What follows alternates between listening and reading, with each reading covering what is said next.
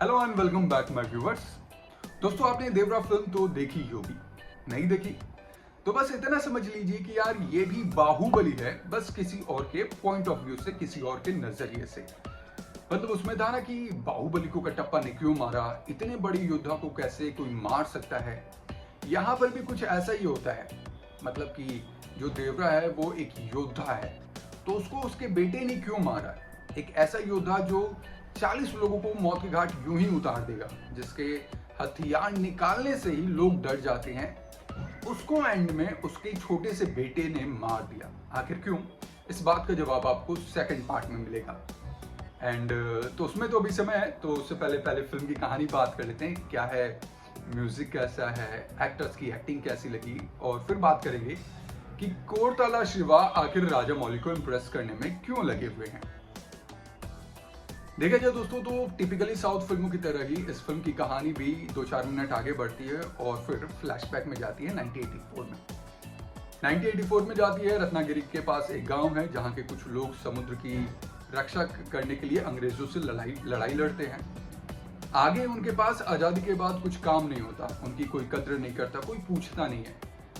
अब वो क्या करते हैं कि अपनी लाइफ को आगे बढ़ाने के लिए उनके पास कोई जाता है, स्मगलिंग करते वो समुद्र में, और उसी से जो उनकी लाइफ है वो आगे चलती जाती है। उन सभी का एक लीडर है, वो पूरी एक गैंग है, और उनका एक लीडर है देवरा। लीडर देवरा, उसका एक करीबी दोस्त भैरवा यानी कि सैफ अली खान।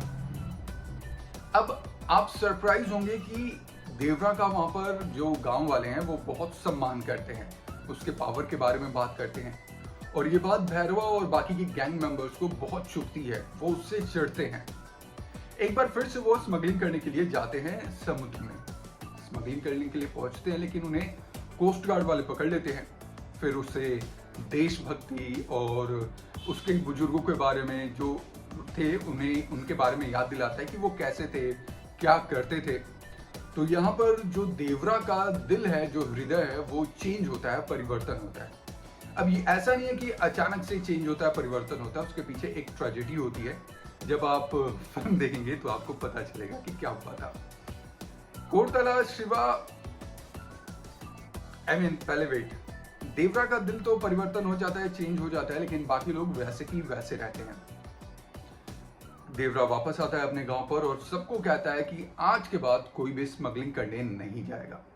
अब ये बात भैरवा और बाकी के जो लोग थे उनको चुभती है, और वो लोग बगावत पर उतर आते हैं। मारने की प्लानिंग करते हैं कि जब तक देवरा रहेगा वो हमें ऐसा कुछ करने नहीं देगा, हमें आगे अपनी लाइफ भी चलानी है।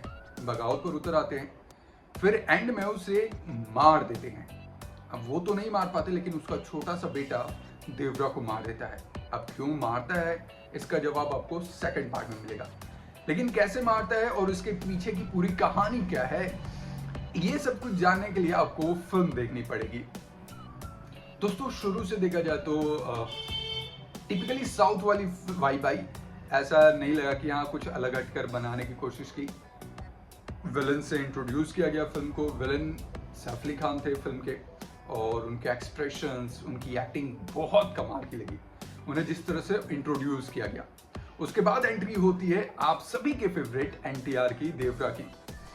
अब वैसे तो उन्हें बहुत ही स्वैग तरीके से, मतलब उनकी एंट्री थी पूरे एक्वामैन की तरह।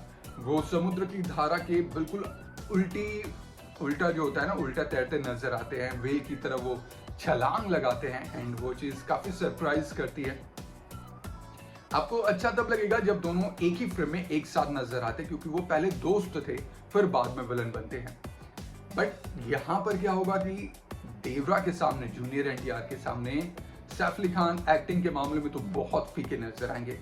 आपको ऑल ओवर सिर्फ एनटीआर ही नजर आएंगे, उनकी एक्टिंग नजर आएगी।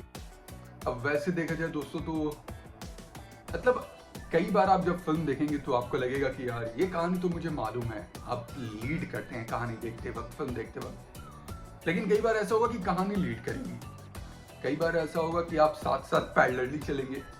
और इसका सबसे बड़ा रीजन है कि स्क्रीन प्ले जो कोरतला शिवा ने लिखा है वो बहुत खराब लिखा है, और जो थोड़े बहुत एलिवेशंस आते हैं वो एक्शंस में आते हैं या फिर जब देवरा का कोई सीन चल रहा होता है और बैकग्राउंड में अनिरुद्ध का म्यूजिक बज रहा होता है, तब कुछ एलिवेशंस आते हैं और देखने में मजा आता है। बाकी ओवरऑल ऐसा नहीं लगता कि हाँ कोरतला शिवा ने बहुत मेहनत किया है इस फिल्म को बनाने में। सारा क्रेडिट हम जूनियर एनटीआर को दे सकते हैं।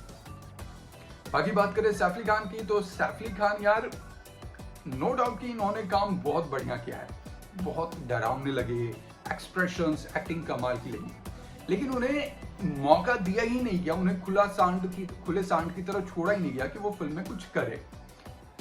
हाँ मतलब उन्हें बांध कर रखा गया। बात करें जानवी कपूर की, तो जानवी कपूर यार मुझे बहुत हंसी आती है कि ये पहली फीमेल लीड एक्ट्रेस है जिनको सेकंड पार्ट में इंट्रोड्यूस कराया जाता है और वो पूरी फिल्म में मुश्किल से 20 मिनट के लिए नजर आती है, सॉन्ग्स को अगर इंक्लूड करे तो। मुझे लगता है कि हाँ बोनी कपूर की वजह से उन्हें फिल्म में काम मिला, नहीं तो कोई लेगा ही नहीं उन्हें फिल्म में, क्योंकि उनकी जैसी एक्टिंग है, वो एक ग्रुप में रहती हैं और उनके आजू बाजू जितने भी लोग रहते हैं वो कमाल की एक्टिंग करते हैं। आपका ध्यान उन पर जाएगा ना कि जाएगा आपको जानवी कपूर पर। हाँ थोड़े बहुत वो कहते हैं ना चमक, ग्लैमरस, उसकी वजह से आप उन्हें देखेंगे, नहीं तो आप इग्नोर ही करते चले जाएंगे। फर्स्ट हाफ देखा जाए तो बिल्डअप में निकल जाता है कि हाँ फिल्म किस बारे में है, क्या है, एंड एक धमाकेदार इंटरवल और फिर भारी भरकम सेकंड पार्ट शुरू होता है भारी भरकम चीजों से। देखा जाए दोस्तों तो ऐसा लगा कि कोरतला शिवा राजामौली से कुछ ज्यादा इंस्पायर्ड है, उन्हें इम्प्रेस करने की कोशिश में लगे हुए हैं, क्योंकि जिस तरह से बाहुबली में बाप और बेटी की कहानी थी, कोरतला शिवा इस फिल्म में भी बाप और बेटे की कहानी है। एक ही एक्टर ने दोनों कैरेक्टर प्ले किया था, यहाँ पर भी ऐसा ही है, एक ही एक्टर ने बाप बेटे दोनों का कैरेक्टर प्ले किया। थर्ड पॉइंट देखा जाए तो वहां पर भी एक भरोसेमंद ने, जैसे कि बाहुबली को कटप्पा पर बहुत भरोसा था, एंड में क्या हम देखते हैं कि कटप्पा ही बाहुबली को मारता है किसी रीजन की वजह से। यहाँ पर भी हम देखते हैं कि रिश्तेदार यानी कि अपना ही बेटा देवरा को मारता है। अब कोई कैसे, मतलब यार बेटा क्यों मारता है, अब ये तो जानना पड़ेगा। फिल्म में ओवरऑल क्या अच्छा लगा, एक्शन अच्छे लगे, एक्टिंग थोड़ी बहुत अच्छी लगी, देवरा का प्रेजेंस, जो एनटीआर का प्रेजेंस है वो अच्छा लगा, डायरेक्शन उतना कमाल का नहीं लगा, स्क्रीन प्ले बहुत ढीला था, राइटिंग में मजा नहीं आया। अब बात करूँ ओवरऑल की यार फिल्म देखनी चाहिए कि नहीं देखनी चाहिए, कंक्लूड करें तो यार एक एक्शन फिल्म है, एक थोड़ी हटके लीग वाली फिल्म है जिसमें आपको भगवान से भी रिलेटेड उसमें कुछ दिखाया जाएगा, जो अक्सर साउथ की फिल्मों में हम देखते हैं कि एक उनका कल्चरल प्रोग्राम होता है जो देखने में मजा आता है। तो एक्शंस के लिए देखा जा सकता है, जूनियर एनटीआर के लिए देखा जा सकता है, पहली बार ऐसा होगा कि सैफ अली खान के लिए भी देखा जा सकता है। तो इंटरेस्टिंग है, अच्छा लगेगा, आप लोग वन टाइम वॉच वाली फिल्म है, देख सकते हैं, मजा आएगा। बाकी अगर आप लोगों ने फिल्म देख लिया तो नीचे कमेंट बॉक्स में बता सकते हैं कि आप लोगों को फिल्म कैसी लगी एंड क्या एक्सपेक्टेशन है, सेकंड पार्ट में क्या हुआ, क्यों बेटे ने देवरा को मारा।